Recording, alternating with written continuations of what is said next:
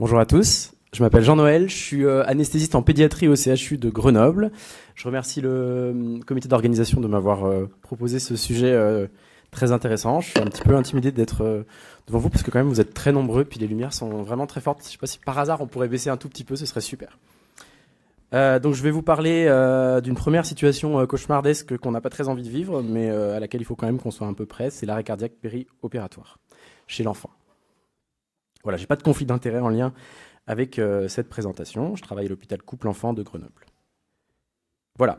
Donc, pour commencer avec quelques généralités sur l'arrêt cardiaque pédiatrique intra-hospitalier. Donc, les étiologies principales sont respiratoires principalement et circulatoires dans un second temps. Le risque, secondairement, le risque initial, le rythme initial, il est le plus souvent non choquable et c'est une grosse différence par rapport à l'adulte.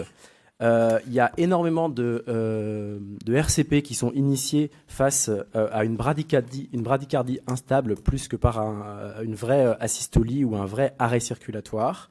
Et la survie, elle est meilleure si on initie la réanimation cardio-pulmonaire tôt.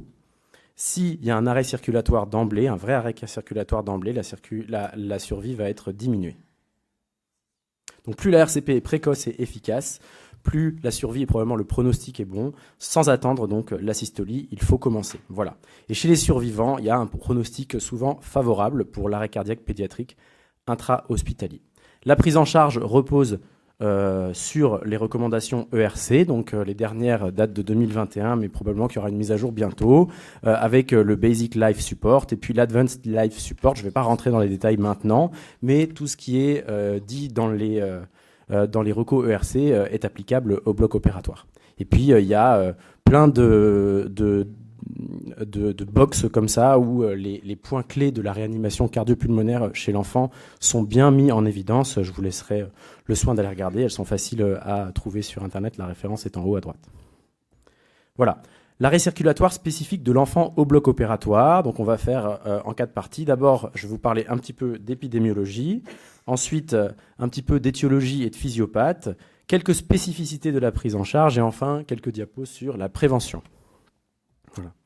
Donc, l'arrêt cardiaque, quand on regarde au niveau global, au niveau mondial, il y a cette méta-analyse qui est publiée dans le BGA en 2023, qui a identifié des différences de fréquence en fonction du développement socio-économique des pays. Et donc, dans les pays riches, l'incidence est un peu plus faible et la survie est un peu meilleure. Et lorsque l'IDH est plus bas, l'incidence augmente et la survie diminue.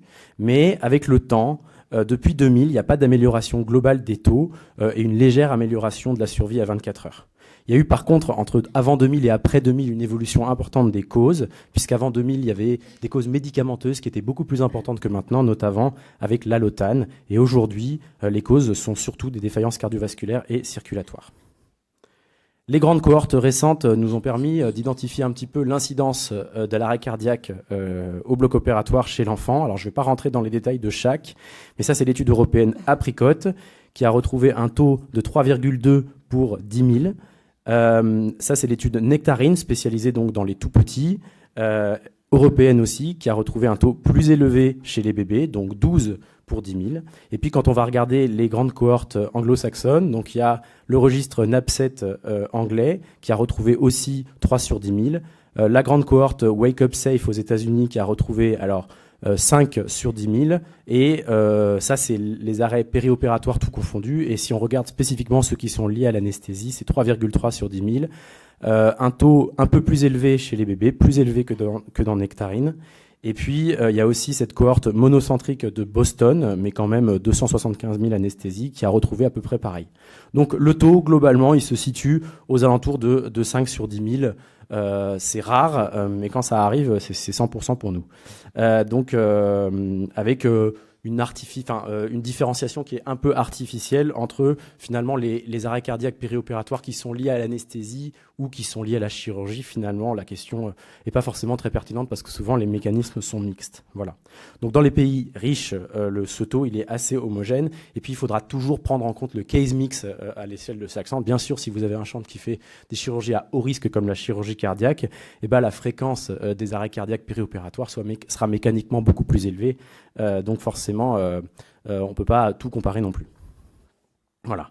Ça, c'est juste une ancillaire de Wake Up Safe qui s'est intéressée aux arrêts cardiaques spécifiquement en SSPI. Il y aura un blog 360 demain sur ce thème, si ça vous intéresse. Donc, c'est 5% des arrêts cardiaques périopératoires, et c'est souvent des causes respiratoires et évitables qui sont liées majoritairement à la culture de sécurité et aux facteurs humains. Donc, c'est vraiment un endroit, la salle de réveil, où on peut prévenir les arrêts cardiaques et où on peut vraiment jouer sur le non technique. Les facteurs de risque d'arrêt cardiaque. Alors, les facteurs de risque de survenue d'un arrêt cardiaque au bloc opératoire pédiatrique, les grandes cohortes sont à peu près d'accord pour dire que c'est âge jeune, score ASA élevé et chirurgie urgente. Dans Apricot, on a bien vu que les arrêts cardiaques d'origine respiratoire, c'était plus souvent à l'induction et au réveil. Et puis, les arrêts cardiaques qui surviennent pendant l'entretien, c'est plus souvent des arrêts cardiaques d'origine hémodynamique. Et puis, il y a cette étude américaine qui a mis en évidence que le seul facteur vraiment protecteur, c'était l'expérience. Et ça a été aussi confirmé dans des études européennes. Voilà. Et pour les facteurs pronostiques d'arrêt cardiaque au bloc opératoire, donc moins bon pronostic si ça survient la nuit ou le week-end, donc en dehors des heures ouvrables. Et ça montre vraiment qu'il y a un levier organisationnel important possible. Et puis, moins bon pronostic aussi quand on a une origine cardiaque ou hémodynamique, et meilleur pronostic quand la cause elle est anesthésique purement. Voilà. Le diagnostic, maintenant, si on va dans les étiologies et la physiopathologie. En fait, le diagnostic de l'arrêt cardiaque opératoire, il est probablement plus difficile que le reste des arrêts cardiaques intra-hospitaliers et puis aussi que les arrêts cardiaques extra-hospitaliers. Parce que l'anesthésie, elle est souvent confondante. L'enfant, il n'est pas dans un état physiologique, il est inconscient, il bouge pas, il respire artificiellement, donc il va pas s'arrêter de bouger ou s'arrêter de respirer, c'est déjà le cas. La cinétique est souvent trompeuse parce que comme on est présent pendant toute la phase où l'arrêt cardiaque survient, et ben le diagnostic, paradoxalement, il peut devenir un peu plus difficile parce qu'on ne sait pas exactement à partir de quand on est dans un arrêt cardiaque. En cas de doute, il faut débuter la RCP, c'est un message principal. L'activité électrique en cas d'arrêt cardiaque au bloc opératoire, elle est souvent conservée, soit des grandes bradycardies instables, soit parfois des activités électriques sans pouls. Donc il va falloir se fier à des signes indirects d'arrêt circulatoire.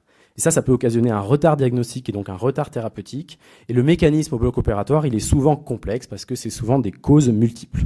Et d'emblée, c'est pas parce qu'on a trouvé une cause réversible qu'il faut s'arrêter dans notre enquête sur les étiologies. Et l'échocardiographie va avoir une place très importante dans le diagnostic étiologique d'un arrêt cardiaque. Voilà. Et puis en plus, au bloc opératoire, il y a énormément d'informations, on travaille en équipe, il y a du stress parce que c'est de l'enfant, donc tout ça, c'est une situation hautement propice au biais cognitif. Il y a 3 mécanismes typiques. C'est très caricatural, mais ça permet de fixer un petit peu les choses. Le premier mécanisme, c'est le plus fréquent, c'est l'ambiance respiratoire.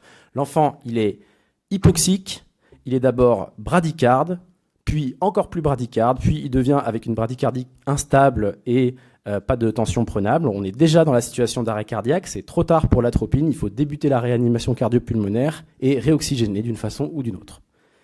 Ensuite, elle est un peu moins fréquente, c'est l'ambiance hémodynamique. Donc là, on est dans une situation hémodynamique avec un choc qui évolue typiquement vers une activité électrique sans pouls, éventuellement un facteur déclenchant obstructif. Par exemple, l'enfant, il est hypovolémique et puis le chirurgien se met à comprimer la veine cave avec ses écarteurs.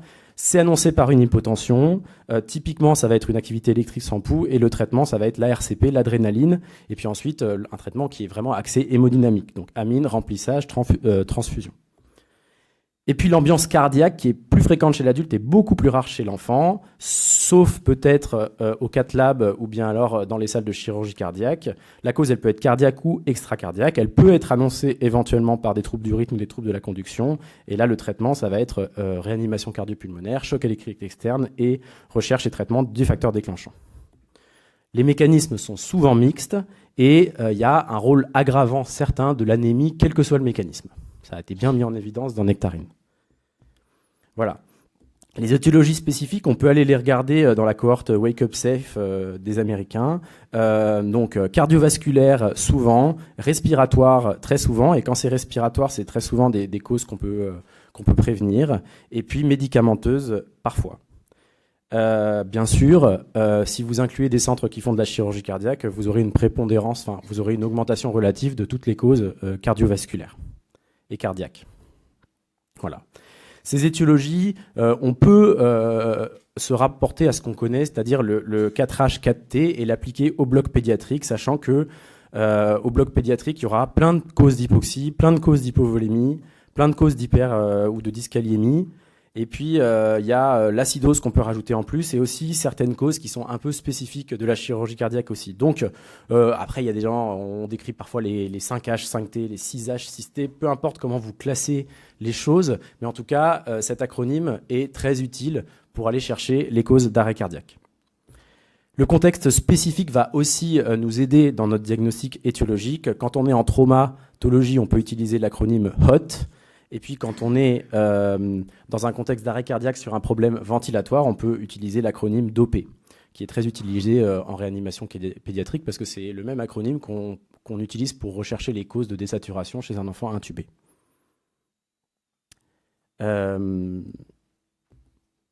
Et puis, on est au bloc opératoire, l'enfant est en train de se faire opérer, la cause peut évidemment être au moins en partie chirurgicale. Alors l'hémorragie, parfois, elle est évidente, mais quelquefois, et notamment en néonatologie, elle peut être très frustre. Les chirurgiens sont très sensibilisés à ça en pédiatrie, mais on est tous humains et parfois, ça peut être... on peut avoir des retards diagnostiques et les chirurgiens aussi. Donc attention, un bébé quand il saigne peu, eh ben, c'est déjà beaucoup. Voilà. Il peut aussi y avoir toutes les causes compressives qui vont être favorisées par l'hypovolémie. Par exemple, pendant une chirurgie cardiaque, la compression pendant une chirurgie thoracique, la compression par le chirurgien des cavités cardiaques, une brèche diaphragmatique qui fait un pneumocompressif, une baisse brutale du retour veineux à cause d'une compression cave. Donc les causes compressives, elles sont très pratiques parce que quand on l'a identifié, elles sont en général très faciles à réverser. Et puis, il y a aussi l'embolie gazeuse, qui, elle aussi, va être favorisée par l'hypovolémie, mais aussi par l'insufflation trop forte lors d'une thoracoscopie ou d'une cœlioscopie, puis aussi pour la position. On sait qu'il y a certaines positions, comme le décubitus ventral, ou pire, la position assise, qui favorisent largement les embolies gazeuses. Évidemment, cette liste, elle n'est pas exhaustive, et cette enquête va être basée sur une discussion très rapide, urgente et indispensable avec le chirurgien dans ce contexte. La réanimation cardio-pulmonaire au bloc opératoire, elle va reposer sur les mêmes ingrédients que ce qu'on nous dit dans l'ERC. Donc le massage cardiaque. Alors, avant 1 an, ce sera avec les 2 pouces encerclants. Après 1 an, on peut utiliser une ou deux mains, avec une profondeur adéquate, en faisant bien attention à bien décomprimer entre chaque compression, avec un rythme qui est à 100-120, ça n'a pas changé. Et puis, il faut bien penser à arrêter le massage toutes les 2 minutes pour analyser le rythme et limiter au maximum les interruptions, et penser à changer les masseurs, parce que même si c'est un petit massage sur un petit bébé, bah, c'est fatigant quand même. Et on perd en qualité au bout de quelques minutes. La ventilation, alors si l'enfant il est intubé, ce sera plus simple, mais s'il n'est pas encore intubé ou si vous l'avez extubé, eh ben, ça va être une ventilation synchrone par rapport aux compressions, 15-2 avant 8 ans, 32 après 8 ans, et puis une fois qu'on a intubé l'enfant, ce n'est pas forcément l'urgence, mais c'est souvent fait précocement en présence d'équipes anesthésiques, eh ben, il va falloir adapter la fréquence à l'âge. Voilà, on ventile évidemment à 100% en monitorant le TCO2. Si jamais on n'arrive pas à ventiler l'enfant, eh ben, il faudra s'orienter vers une cause de l'acronyme DOP. Ensuite, il y a l'adrénaline, bien sûr, y compris, enfin, comme chez l'adulte, c'est la drogue reine de l'arrêt cardiaque. Il faut la faire dès le départ si le rythme est non choquable, ou après le 3e choc si on est dans le cas d'un rythme choquable, puis ensuite la répéter toutes les 3 à 5 minutes. La dose, ça va être 10 microgrammes par kilo en bolus ou intra-osseuse, puis puis penser à bien flusher avec du SSI pour que l'adrénaline ne reste pas dans la perf, comme ça peut arriver. Attention, l'adrénaline, c'est le médicament dans le monde où on se trompe le plus souvent de dose. Il faut probablement une personne dédiée aux drogues, et en particulier à la drogue principale qui est l'adrénaline, et se pose la question de l'intérêt des seringues pré-remplies. Et puis enfin, il y a la défibrillation. Donc, le choc initial externe, il est moins souvent nécessaire chez l'enfant, mais un enfant qui s'arrête, il faut quand même rapprocher le chariot d'urgence avec le défibrillateur dessus. 4 joules kilo. Les électrodes, vous pourrez voir, on peut les mettre de plusieurs façons. Et puis, il va falloir commencer à penser aux antiarythmiques après le 3e et après le 5e choc. Alors, peut-être que l'amiodarone, qui est la drogue recommandée par l'ERC, peut être remplacée au bloc opératoire par la lidocaïne en IVD, qu'on a beaucoup plus l'habitude d'utiliser et qui est beaucoup plus facilement disponible dans nos chariots. Et il y a des situations à très haut risque, notamment en chirurgie cardiaque, où l'enfant peut être déjà patché dès le début de la prise en charge. Et dans ces cas-là, si un arrêt survient chez un enfant scopé, ça peut être intéressant de commencer par les chocs avant de démarrer la RCP. Ça, c'est bien dit dans les recos aussi. Voilà. Maintenant, je voudrais m'attarder un petit peu sur les aspects non techniques qui sont très importants. C'est une situation, comme j'ai dit tout à l'heure, à haut risque d'erreur humaine, urgence, enjeu, stress. On travaille avec de nombreux intervenants, c'est complexe, il y a plein de causes possibles et puis c'est très souvent plusieurs causes à la fois. Donc on réfléchit moins bien, on peut se tromper, erreur humaine, biais cognitif. Donc il faut toujours penser aux mêmes choses, appel à l'aide, faire venir le chariot d'urgence, les aides cognitives et l'échographe qui va beaucoup nous aider en cas de recherche de causes complexes, discuter avec les chirurgiens, les informer, arrêter la chirurgie ou pas, ça se trouve c'est en train de saigner, et puis rechercher une cause réversible. Il va falloir répartir les tâches et faire une communication ultra sécurisée, en boucle comme en aéronautique. Voilà, la répartition des tâches, elle n'est pas très simple parce qu'il y a un leader qui doit idéalement rester hands-off, donc ne pas mettre les mains dedans, qui doit garder une vue d'ensemble, qui doit réfléchir à l'étiologie. Puis après, il faut un follower pour le massage, un follower pour l'adrénaline, un follower pour la ventilation, un follower éventuellement pour l'accès intra-osseux si jamais on est en situation où on n'a pas d'accès, un follower pour le choc, un follower pour la transfusion et le remplissage. Puis il faut aussi quelqu'un qui scripte tout. Pour écrire de façon circonstanciée l'heure et puis tout ce qui a été fait. Et puis les anglo-saxons qui ont énormément de monde dans leur réanimation proposent aussi qu'en plus du leader, il y ait ce qu'on appelle un CPR coach. C'est quelqu'un qui est là juste pour vérifier que le massage et la ventilation sont bien faits. Vous voyez, tout ça, ça demande quand même pas mal de monde. Alors ça tombe bien parce qu'en anesthésie, on est un peu des cow-boys et on sait tout faire. Alors on a tendance à pas beaucoup appeler l'aide en dehors du bloc. Mais il y a de plus en plus de littérature qui dit que même si l'arrêt cardiaque survient au bloc opératoire, eh ben, il faut faire intervenir les équipes d'urgence intra-hospitalières précocement. Parce que ça a été montré que l'activation d'une équipe d'urgence intra-hospitalière, pour la pédiatrie, c'est souvent les réanimateurs pédiatriques qui sont des pédiatres, qui ne sont pas en bleu, qui sont peut-être un petit peu moins habitués, en bleu ou en vert, pardon, qui sont pas un petit peu moins habitués à rentrer dans le bloc opératoire, bah, faut quand même les appeler précocement parce qu'ils sont plus habitués que nous à gérer des arrêts cardiaques. Et puis, c'est vrai qu'on est souvent nombreux au bloc, mais quand ça survient à 2h du matin ou un dimanche après-midi pendant les périodes scolaires, bah, y a moins de monde.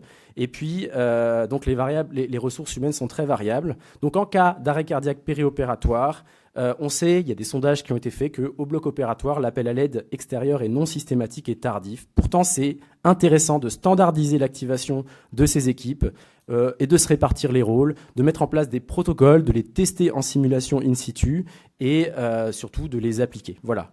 Donc, on n'est pas des cow-boys, même si on est capable de masser, d'intuber et qu'on a tous appris ça pendant notre internat.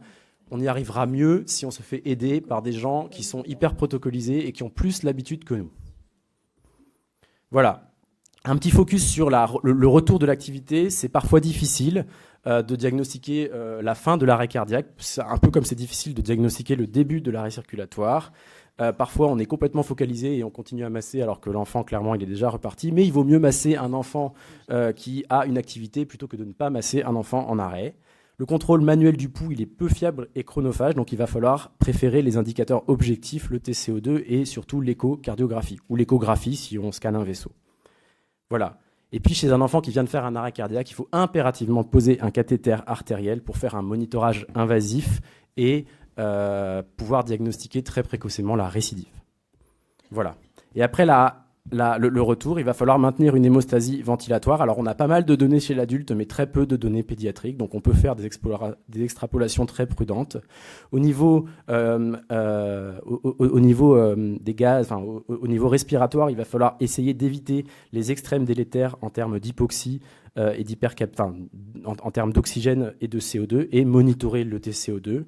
Et puis, pour la suite de la prise en charge, c'est comme d'habitude, il va falloir discuter. Est-ce qu'on maintient ou est-ce qu'on poursuit la chirurgie? Il va falloir transférer en réanimation, équiper l'enfant, donc lui mettre en place un cathéter artériel, c'est indispensable. Informer les parents, puis faire un débriefing. À chaud, puis à froid. En pratique, avant une situation à risque élevé, il va falloir mettre en place des mesures préventives et anticipées. Avant la prise en charge, il faut optimiser, il faut établir une stratégie anesthésique et anticiper les causes réversibles d'arrêt cardiaque. Et puis, comme ça a bien été monté dans Nectarine, il faut identifier des seuils d'intervention. Pendant une prise en charge à très haut risque d'arrêt cardiaque, il faut se mettre à plusieurs mares si c'est possible. Équiper l'enfant et lui mettre en place un monitorage. Ne pas avoir peur des cathéters artériels, c'est pas interdit chez l'enfant, c'est possible. Garder une conscience de la situation, où est-ce qu'on en est, et surtout avec une communication accrue avec les chirurgiens. Prodiguer une anesthésie titrée, faire attention à nos focus, à nos focalisations, à nos biais cognitifs. On se met facilement dans des tunnels, dans des situations complexes, et parfois le diagnostic d'arrêt cardiaque sera fait sur des signaux faibles qui apparaissent petit à petit. Et puis après une prise en charge d'un cas complexe à haut risque d'arrêt cardiaque, même si ça s'est bien passé, c'est toujours utile de faire un débriefing. Voilà. Et puis toujours, en pédiatrie, en néonatologie particulièrement, les safe thoughts, que je ne vous rappelle pas ici, mais qui sont indispensables. Voilà.